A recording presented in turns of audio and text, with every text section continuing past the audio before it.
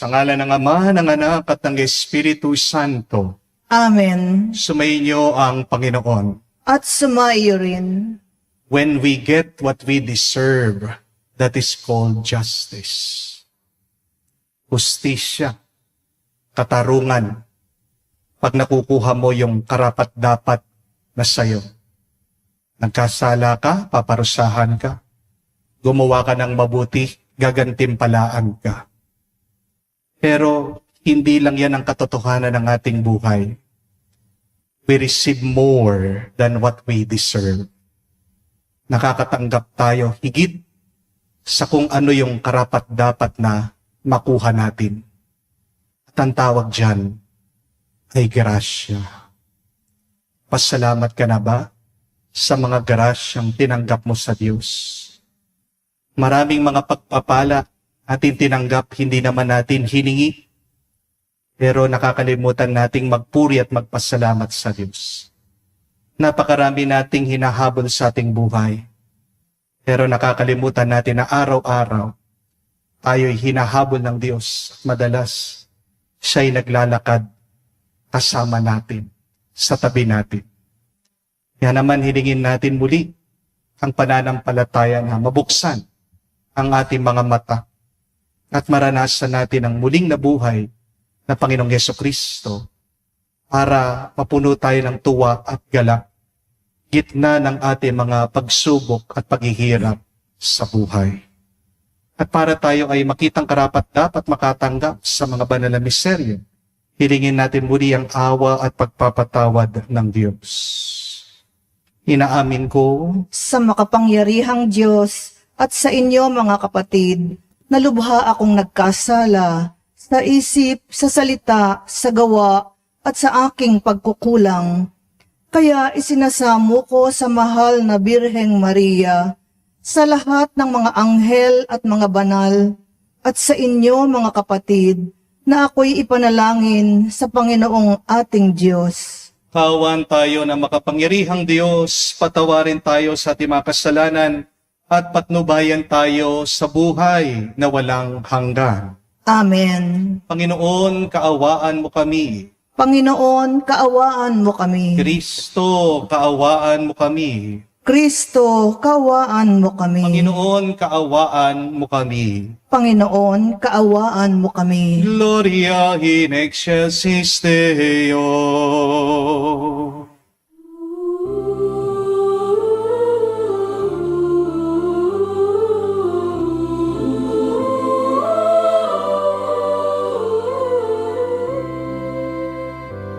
Luwalhati sa Diyos sa kaitaasan, kaloob sa lupa ay kapayapaan. Pinupuri ka at ipinagdarangal, sinasamba ka dahil sa dakila mong kaluwalhatian. Panginoon naming Diyos, Hain ng langit, Amang makapangyarihan, Panginoong Hesukristo, buktong na anak ng Diyos, Kordero ng Ama. Ikaw na nag-aalis ng mga kasalanan ng sanlibutan.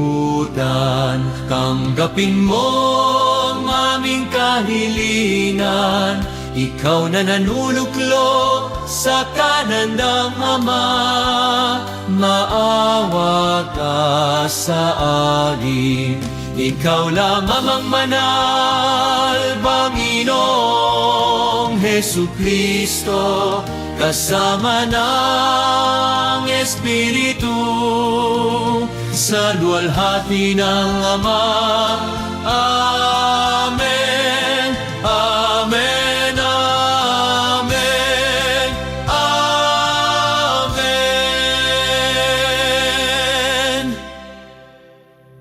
Manalangin tayo. Ama naming makapangyarihan, kami pinaliligaya mo taon-taon sa pagdiriwang. Sa Pasko ng pagkabuhay ng Panginoon naming mahal, ipagkaloob mo ang pagdiriwang namin dito sa lupang ibabaw ang maging dapat na kami sumapit sa ligayang pagmagpakailanman sa pamagitan ni Jesucristo kasama ng Espiritu Santo magpa sa walang hanggan. Amen.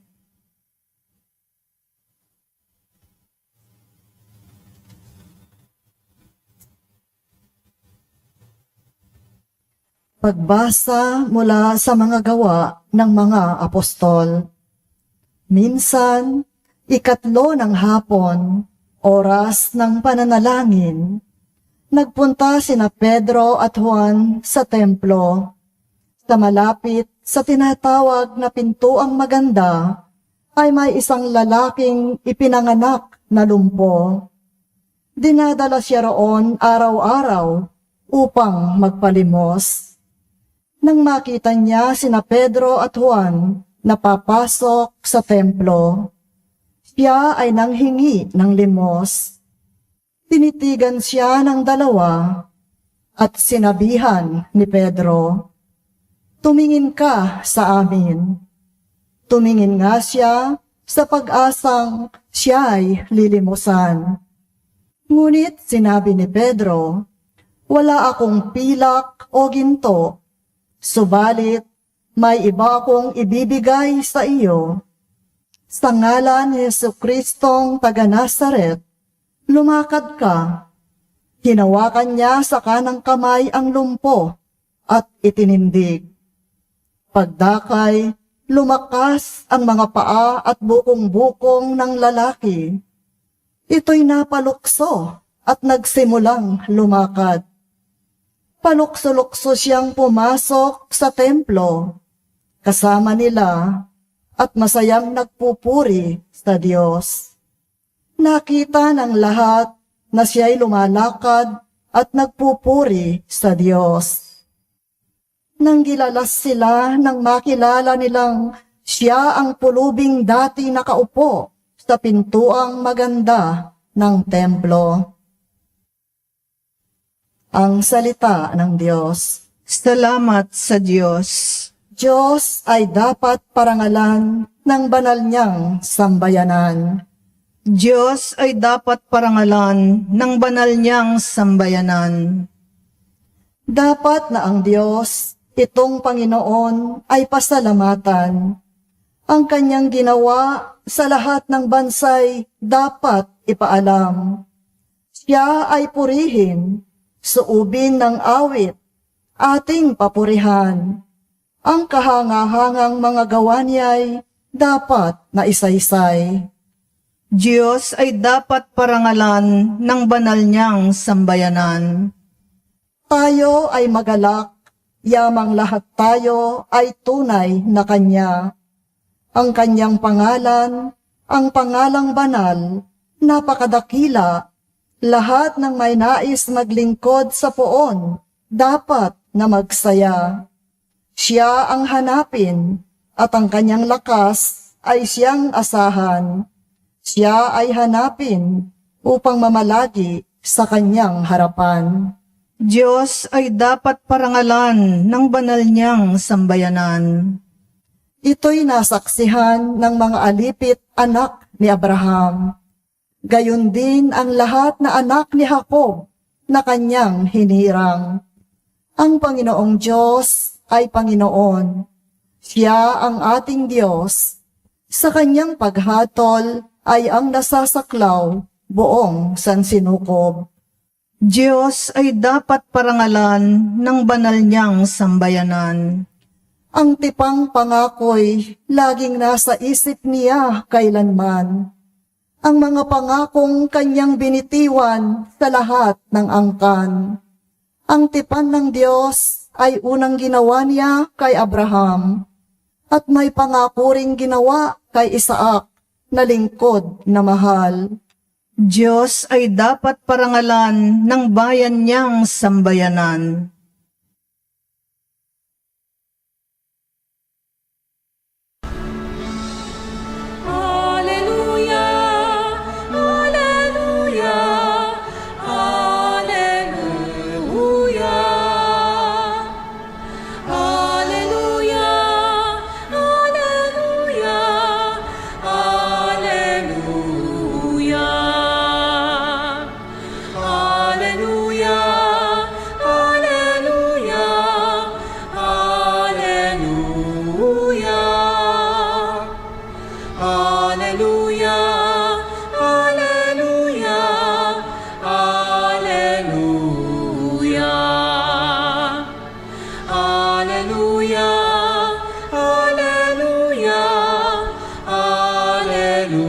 Hallelujah, Hallelujah, Hallelujah, Hallelujah.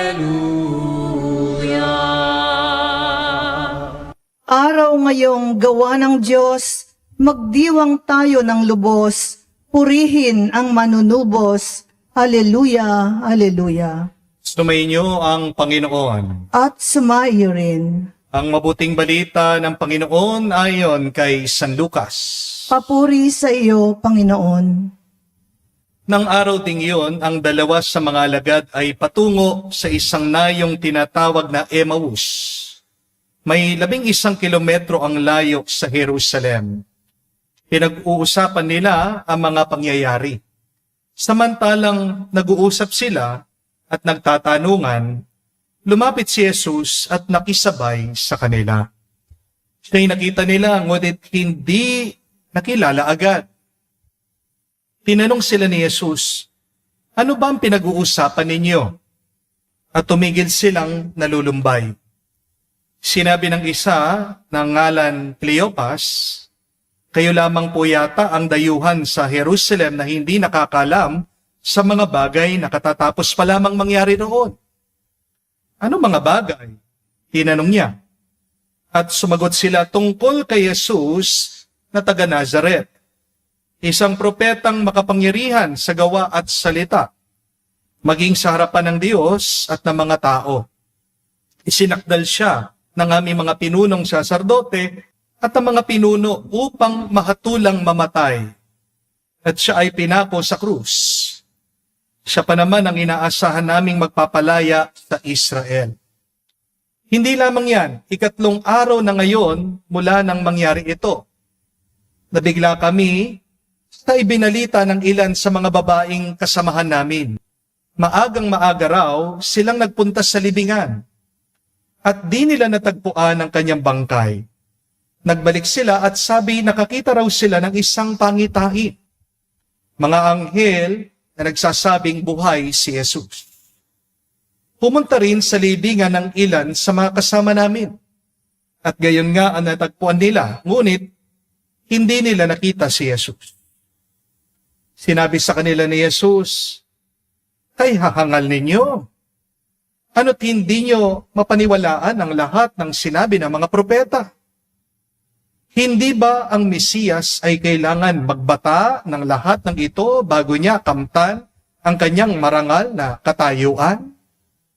At pinaliwanag sa kanila ni Jesus ang lahat na nasasaad sa kasulatan tungkol sa kanyang sarili, simula sa mga aklat ni Moises hanggang sa sinulat ng mga propeta. Malapit na sila sa nayong kanilang patutunguhan at si Jesus ay waring magpapatuloy pa sa lakad. Ngunit siya'y pinakapigil-pigil nila. Tumuloy na po kayo rito sa amin, anila, sapagkat palubog na ang araw at dumidilim na. Kaya't sumama nga siya sa kanila, nang siya'y kasalo na nila sa hapag, dumampot siya ng tinapay at nagpasalamat sa Diyos. Saka pinaghati-hati at binigay sa kanila. Nabuksan ang kanilang paningin at nakilala nila si Jesus. Subalit, ito'y biglang nawala at nawika nila, kaya pala gayon ang pakiramdam natin habang tayo kinakausap sa daan at pinapaliwanag sa atin ang mga kasulatan. Noon din, tumindig sila at nagbalik sa Jerusalem. Naratnan nilang nagkatipon ang 11 at ang ibang mga kasama nila na nag-uusap-usap. Muli ngang nabuhay ang Panginoon. Nagpakita siya kay Simon.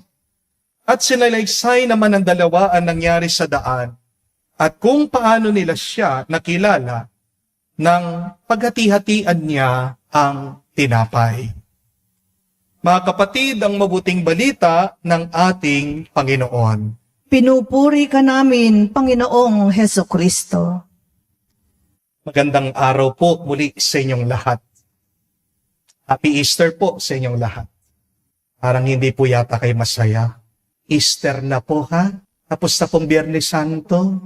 Ang ibig sabihin, yung krus ng problema mo, ginawa na lang maliit ng Panginoon.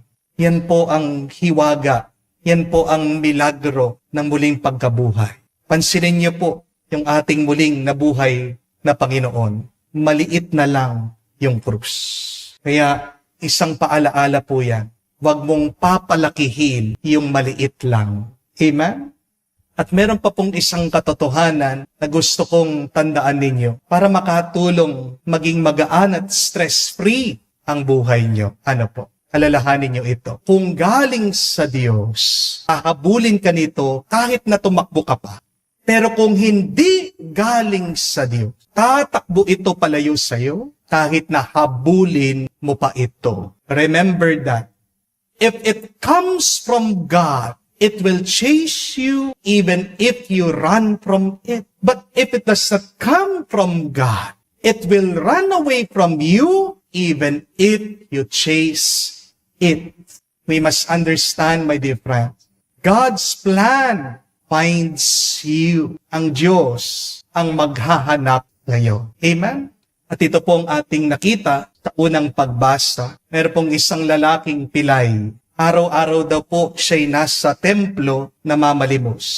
Wala po siyang hinahabol. Wala po siyang plano. Pero dumating daw po si Pedro at si Juan, mga apostol ng ating Panginoong Jesucristo. At sabi po ni San Pedro, "Silver and gold I do not have, but what I have, I will give you." Binigyan daw po itong pilay, itong may sakit, ng kagalingan sa ngalan ni Jesus. Ang lumpo biglang lumakas at nakatayo.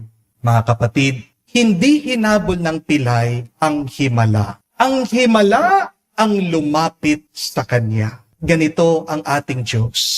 Kapag para sa iyo, darating ito. Amen? Hindi mo kailangan puwersahin. Hindi mo kailangan pilitin. Para sa iyo, para tayo. Amen? Sa Ebanghelyo po, narinig naman natin ang pagpapakita ni Jesus sa dalawang alagad papunta daw sa Emmaus. Naglalakad sila palayo sa Jerusalem, palayo sa kanilang pangarap, palayo sa pag-asa. Akala kasi nila tapos na ang lahat. Pero habang sila'y tumatakbong palayo, si Jesus ay lumakad kasama nila. Hindi nila nakilala ang ating Panginoon, pero hindi sila iniwan. Mga kapatid, may mga bagay na akala natin wala na. Pero hindi pa pala tapos ang Diyos. Kung tumatakbo ka palayo sa iyong mga problema, hahabulin ka pa rin ng Panginoon, kasamahan ka niya. God reminds us that He walks with you every day, even if you do not recognize Him. Wala naman po dapat tayong pwersahin o ipilit sa ating buhay. Alam ng Diyos ang iyong pangangailangan. Kapag hindi para sa iyo, mga kapatid, kikita mo, kusayang aalis sa iyo. What is not from God will never stay with you forever. Ang hindi galing sa Diyos, kahit na anong pilit mo, hindi magtatagal yan sa buhay mo. Amen? Relasyon man yan, pera man yan, oportunidad, kung hindi yan galing sa pagpapala ng Diyos. Darating at darating ang punto, mawawala yan. Pero wag mong iiyakan yung mga hindi galing sa Diyos. Amen? Kasi kung hindi galing sa Diyos, hindi makakabuti yan sa iyo. Kung hindi galing sa Diyos, maaaring ngayon, masaya ka. Pero kung hindi nanggagaling sa Diyos, makakasira yan ng iyong kaisipan, ng iyong puso, ng iyong kaluluwa. Amen? May isang dahilan kung bakit nahihirapan tayo sa buhay. Ito ay dahil tumatakbo tayo, palayo sa mga binibigay ng Diyos. Kailangan po nating maunawaan, mga kapatid, kahit na mga problema natin minsan, yan ay mga biyaya na pagkaloob ng Diyos para sa atin. Amen? Pero mga kapatid, hindi mo matatakasan ang dapat mong harapin. Kaya imbis na tumakbo ka palayo sa iyong mga pagsubok, tumakbo ka mas malapit sa Diyos habang hinaharapan mo ang iyong mga paghihirap sa buhay. At para maging mas magaan ang iyong pagtakbo, paglalakbay sa buhay na ito. Tatlong bagay po ang gusto kong tandaan ninyo. At ang tatlong paalaala ng Diyos para sa atin ay makikita niyo po dun sa salitang run. Spell run, R-U-N. The first message of God to you is, letter R, receive, don't force. Receive, don't force. Huwag mong pilitin yung hindi para sa iyo. Kung galing sa Diyos, darating yan. Hindi mo kailangan habulin yung hindi para sa iyo. Amen? Kasi kung pinipilit mo yung hindi para sa iyo, baka mas makasama pa sa sitwasyon mo. Amen? Ang kasabihan nga, napakaganda, what you are seeking is seeking you. Yung hinahanap mo, wag kang mag-alala, hinahanap ka din niyan. Kaya mga kapatid, darating din yung pera na kailangan mo. Makikita mo din yung trabaho na mag-fulfill sa iyo. Mararanasan mo din yung kagalingan na inaasam mo. Matatagpuan mo din yung tao na magpapasaya sa iyo. Ang pagpapala ng Diyos ay darating sa iyo, hindi sa pamamagitan ng pagpipilit, o hindi sa pamamagitan ng pagtanggap. So, continue to be open to the Lord. Open your mind, open your heart, open your whole self to God. Just receive. Remember, don't chase what God did not send you, but receive what God is already prepared for you. Yung tanggapin mo, yung hinanda lang ng Diyos para tayo. Ang tanong, ikaw ba? Handa ka ba? Kasi kung hindi ka handa, kahit na paano ka bigyan ng Diyos, hindi ka makakatanggap. Hindi po ba? In order to receive, you must be ready for the grace of God. Amen? But the second message of God to you is found in the letter U. It means understand God's timing. Understand God's timing. May oras ang lahat. There is a time for everything. So be patient. Pasensya ka. Magtiyaga ka. Marunong kang maghintay. Amen? Hindi delay ang sagot ng Diyos. Preparation lang yan. Meron pong isang follower na pumunta po dito sa ating parokya. Na-aksidente po yung sasakyan nila sa pagpunta po, pagbisita sa akin. Kaya paliwanag po nila na late daw sila. Natural po, itong mga bisita, naiinis, nalulungkot, at nagtatanong, bakit nangyari po yun, no, Father? Malinis naman, mabuti naman ang aming mithiin, pero bakit kami pa yung nabangga? Pero sabi ko po sa kanila, alam nyo, kung mas maaga kayong nakarating, hindi nyo rin naman ako aabutan eh. Dahil meron akong schedule kaninang umaga. At ngayon, sakto lang tayong nagkatagpo dahil dun sa inyong aksidente. At napangiti po sila. Kahit na mukhang masama yung nangyari, perfect timing pa rin yan. Kapatid, minsan iniisip natin, late si Lord. Di po ba? Pero ang totoo, hindi late ang Diyos. Masyado lang tayong advance.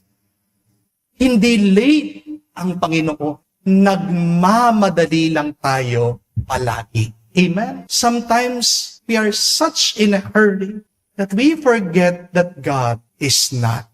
Ikaw nagmamadali ka, ang Diyos hindi nagmamadali. My dear friends, God's delay is not His denial, rather, it is His design. Kasama sa plano ng Diyos, yung hindi niya agad-agad binibigay, yung para tayo. Amen? But third and last message for you is found in the letter N. N means never run away from God. Never run away from God.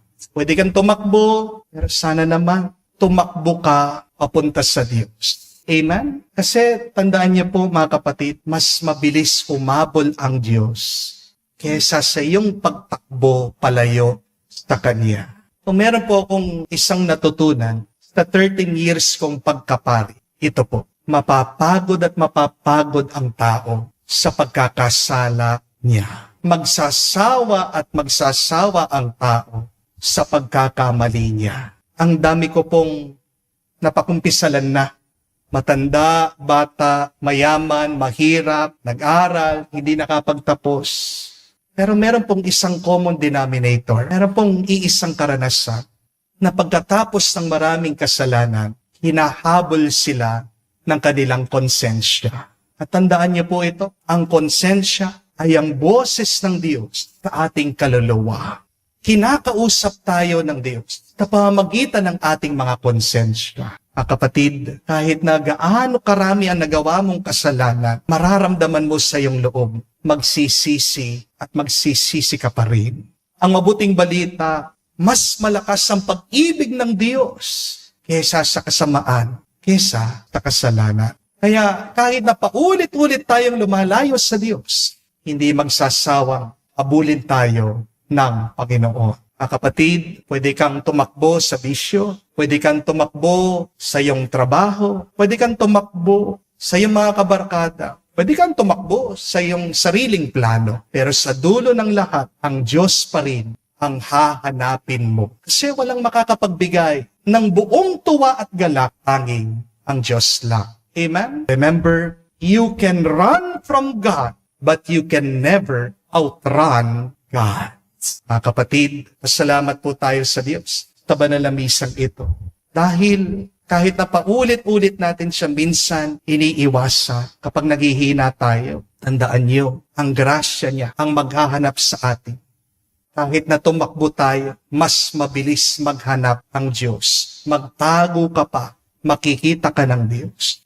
At kung hahayaan mo na abutan ka ng Diyos, doon magsisimula sa iyong buhay ang tunay na milagro, ang tunay na himala. Amen. Tumayo po tayo. Sa pag-aalaala natin kung papaanong nakilala ng mga alagad si Jesus sa paghahati-hati ng tinapay sa daan patungo Emmaus, manalangin tayo sa Diyos Ama upang magkaroon tayo ng higit na malalim na pagpapahalaga sa muling nabuhay na Kristo bilang ating pagkaing espiritual para sa ating paglalakbay sa buhay. Ating sabihin, Panginoon, dinggin mo kami. Panginoon, dinggin mo kami. Ang Santo Papa Leon at mga obispo naway mabisang ipahayag ang mensahe ng pag-asa sa pamamagitan ng kanilang buhay na banal. Panalangin tayo sa Panginoon. Panginoon, dinggin mo kami. Ang mga pinuno ng pamahalaan naway makapaghatid ng pag-asa at ginhawa sa ating bayan sa pamamagitan ng kanilang lubos na paglilingkod. Manalangin tayo sa Panginoon. Panginoon, dinggin mo kami. Atin nawang maunawaan kung bakit kailangang magpakasakit ni Kristo at muling mabuhay mula sa mga patay sa ikatlong araw. Manalangin tayo sa Panginoon. Panginoon, dinggin mo kami. Sa katahimikan po ng ating puso, banggitin natin, sabihin natin sa Diyos ang ating mga personal na pangangailangan. Ama naming nasa langit, pagkalooban mo kami ng malalim na pananampalatayang nararapat upang makilala namin ang iyong anak sa lahat ng mga pagkakataon sa aming buhay. Hinihiling namin ito sa pamagitan ni Kristo na aming Panginoon. Amen.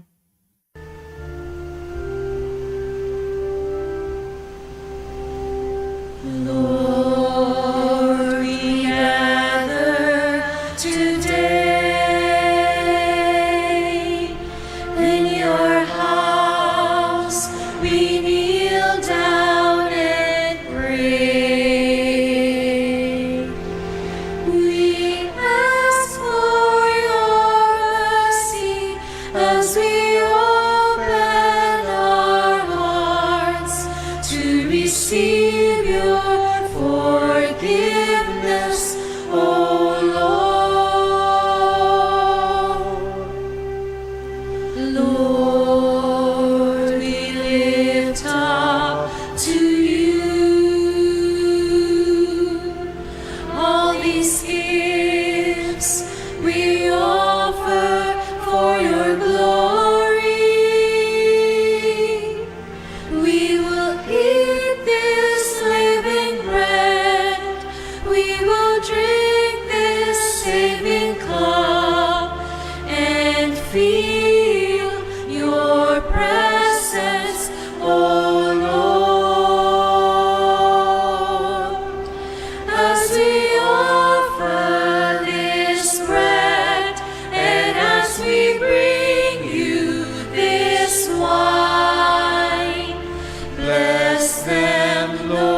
Jesus, feed us now, give us life. Send us your Spirit, the source of our lives, and together we will serve you with love. Manalangin kayo mga kapatid, para ang ating mga paghahain ay kalugdan ng Diyos, amang makapangyarihan. Tanggapin nawa ng Panginoon itong paghahain sa iyong mga kamay, sa kapurihan niya at karangalan, sa ating kapakinabangan at sa buong sambayanan niyang banal. Ama naming lumikha, tanggapin mo ang paghahaing sumasagip sa sanlibutan at kasihan mong pakinabangin ang buong naming katauhan sa iyong pagliligtas sa pamagitan ni Jesucristo kasama ng Espiritu Santo magpa sa walang hanggan. Amen. Sumainyo ang Panginoon. At sumaiyo rin, Itaas sa Diyos sa inyong mga puso at diwa. itinaas na namin sa Panginoon. Pasalamatan natin ang Panginoong ating Diyos. Marapat na siya ay pasalamatan. Ama naming makapangyarihan, tunay nga marapat ikaw ang aming pasalamatan. Ngayon, sa panahon ng aming pagdiriwang ang paghahain ng Mesiyas, ang maamong tupa na tumubos sa aming lahat. Ang iyong anak na minamahal, naghahain ng sarili niyang buhay, siyang tupang maamong umako sa kaparusahan upang mapatawad ang kasalanan ng sanlibutan. Sa pagkamatay niya sa banal na krus, ang kamatayan namin ay kanyang nilupig. Sa pagkabuhay niya bilang manunubos, pag-asa at pagkabuhay ay aming nakamit. Kaya kaisa na mga anghel nagsisiawit ng papuri sa iyo, nang walang humpay sa kalangitan, kami nagbubunyi sa iyo kadakilaan.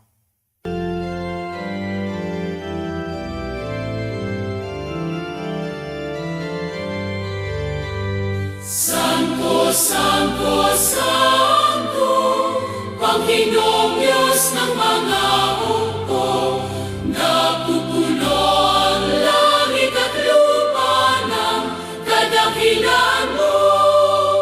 Hosana, Hosana, sa kainasan, pinagpalang na paririto sa ngalan ng Panginoon.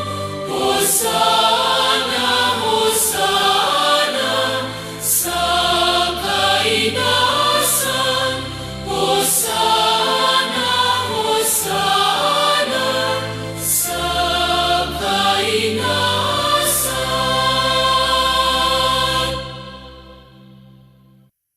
Ama naming banal, ikaw ang bukal ng tanang kabanalan.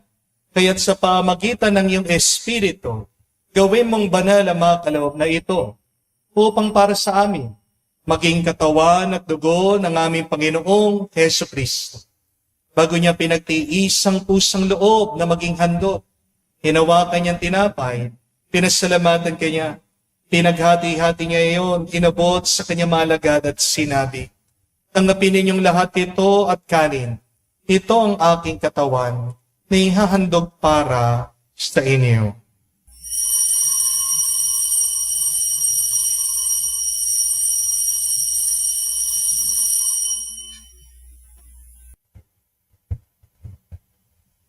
Gayon din naman na matapos ang hapunan, hinawakan niya ang kalis. Muli kanyang pinasalamatan. Nabot niya ang kalis sa kanyang malagad at sinabi, tanggapin ninyong lahat ito at inumin. Ito ang kalis ng aking dugo, ng bago at walang hanggan tipan. Ang aking dugo na ibubuhos para sa inyo at para sa lahat, sa pagpapatawad ng mga kasalanan. Gawin ninyo ito sa pag-alaala sa akin.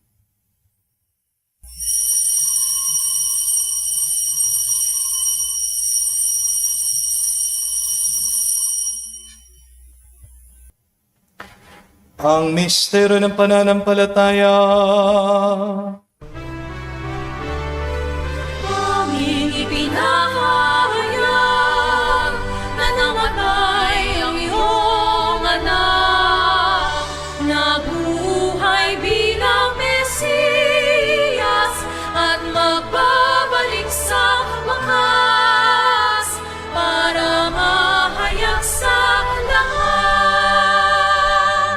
Ama, ginagawa namin ngayon ang pag-aalaala sa pagkamatay, muling pagkabuhay ng iyong anak. Kaya tinialay namin sa iyong tinapay nagbibigay buhay at ang kalis na nagkakaloob ng kaligtasan. Kami nagpapasalamat dahil kami yung minarapat na tumayo sa harap mo para maglingkod sa iyo. Sinasamo namin kami magsalo-salo sa katawan at dugo ni Kristo ay mabuklod sa pagkakaisa sa pamagitan ng Espiritu Santo. Ama, lingapin mong iyong simbahan, laganap sa buong daigdig. Puspusin mo kami sa pag-ibig. Kaisa ni Leon ang aming Santo Papa, si Florentino aming Arsobispo ng Tanang Kaparian. Alalahanin mo rin ang aming mga kapatid na nahimlay. May pag-asang sila'y muling mabubuhay. Gayon din naman lahat ng mga pumanaw. Awan mo't sila't patuloyin sa iyong kaliwanagan. Kawan mo't pagindapatin kaming lahat. Makasalo sa iyong buhay na walang wakas. Kaisa na Mahal na Birhen Maria, Ina ng Diyos. Kaisa ni San Jose, ang kanyang malwalhating esposo. Kaisa ng mga apostol, lahat ng mga banal, na namuhay dito sa daigdig na kalugod-lugod sa iyo. May pagdiwang nawa namin ang pagpupuri sa ikararangal sa pamagitan ng iyong anak, aming Panginoong Heso Kristo. Sa pamamagitan ni Kristo, kasama niya at sa Kanya, ang lahat ng parangal at papuri ay sa iyo, Diyos Ama, makapangyarihan, kasama ng Espiritu Santo, magpasawalang hanggan. Amen, Amen, Amen, Amen, Amen, Amen. Sa nakagaling na utos sa turo ni Jesus sa Panginoon natin at Diyos, ipahayag natin ang lakas, loob.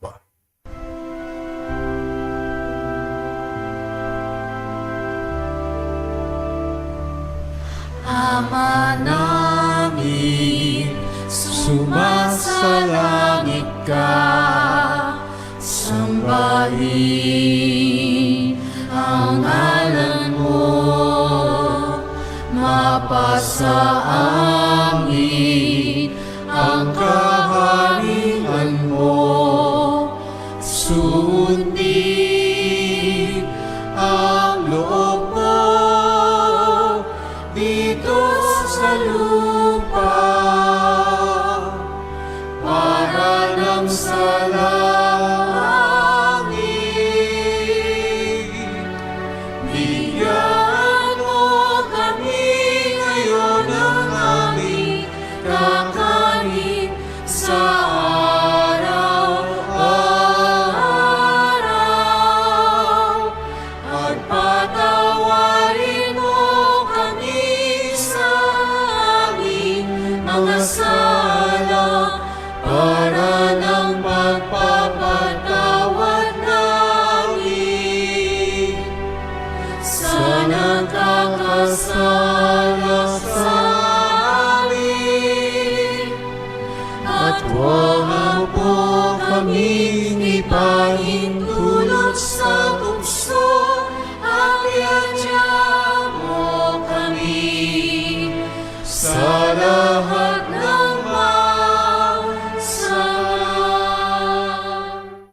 Hinihiling namin kami adya sa lahat ng masama, pagkalooban ng kapayapaan araw-araw, ligtas sa kasalanan, ilayo sa lahat ng kapamakan.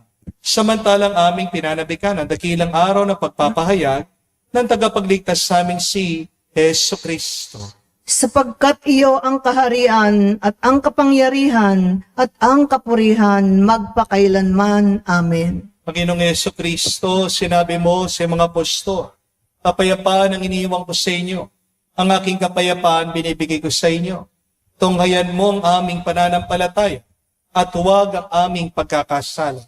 Pagkalooban mo kami ng kapayapaan at pagkakaisa ayon sa iyong kalooban, kasama ng Espiritu Santo, magpa sa walang hanggan. Amen. Kapayapaan ng Panginoon ay laging sumainyo. At sumaiyo rin. Magbigayan po tayo ng kapayapaan sa bawat isa. Iso niyo po, kapayapaan po sa inyong lahat.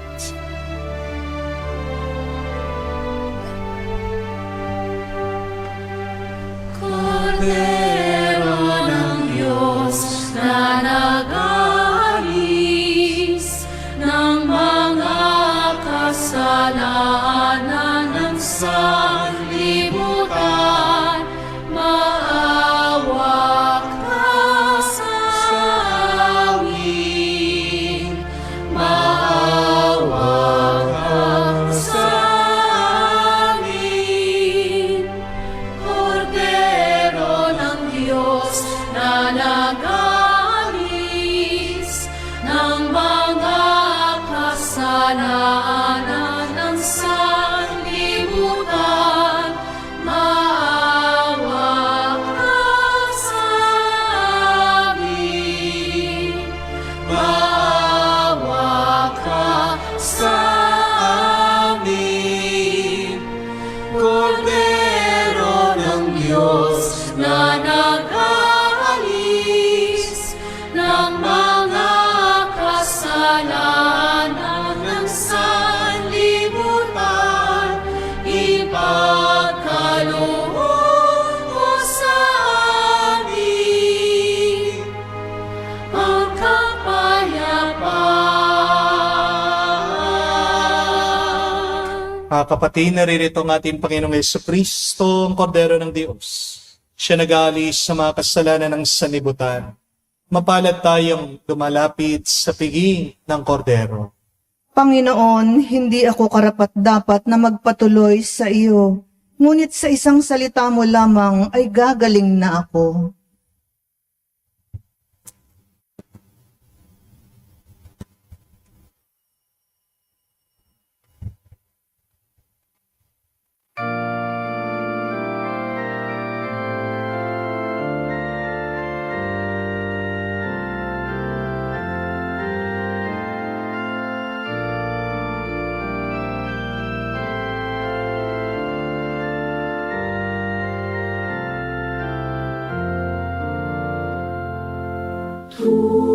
Tubig ng buhay sa dahanan ng may kapal.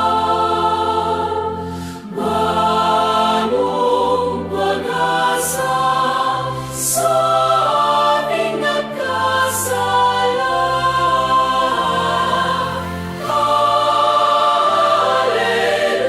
Hallelujah! Si Kristo ay hinalay na magsalong masaya-saya sa bukal ng bakasan. Tubig lumanoy ka sa daanan ng sanlibutan,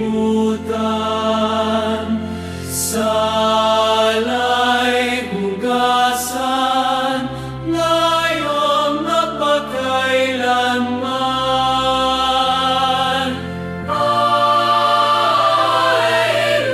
Hallelujah! Si Kristo ay hinay na magsalong masaya-saya sa bukal ng bakasan.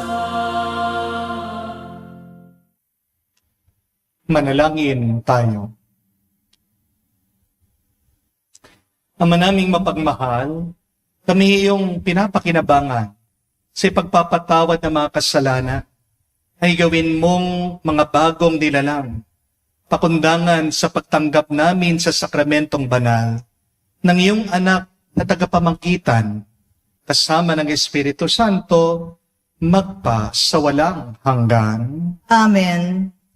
Tandaan niyo po, mga kapatid, na kung galing sa Diyos, kahit na tumakbo ka, mahanap ka nito.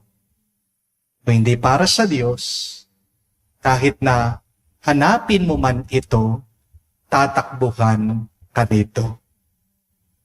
Do not chase. Just remain with God. Just be open to God. And just be ready to receive the grace of God.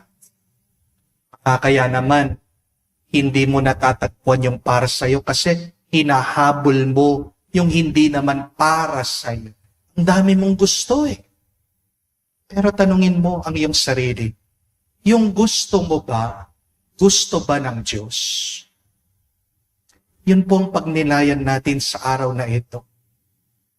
Do what I want is what God wants for me? O baka ako lang yung may gusto? Kung ikaw lang yung may nais dyan, makikita mo yung buhay magiging mabigat, magiging mahirap, magdudusa ka. Pero kapag gusto din ng Diyos, magiging magaan, madali, at mapupuno ka ng kapayapaan. Kaya pagdasal mo, maging maliwanag sa iyo. Ano ba ang gusto ng Diyos na mangyari sa iyong buhay? Diyan mo mararanasan ang himala ng muling pagkabuhay ng ating Panginoong Jesucristo. Sumayin niyo ang Panginoon. At sumayo rin. At kayo'y basbasan ng Diyos, makapangyarihan sa lahat, sa ngalan ng Ama, ng Anak, ng Espiritu Santo. Amen. Ang ating misa ay natapos na. Umayo tayo sa kapayapaan na muling nabuhay si Kristo. Aleluya! Aleluya! Salamat sa Diyos. Hallelujah! Hallelujah!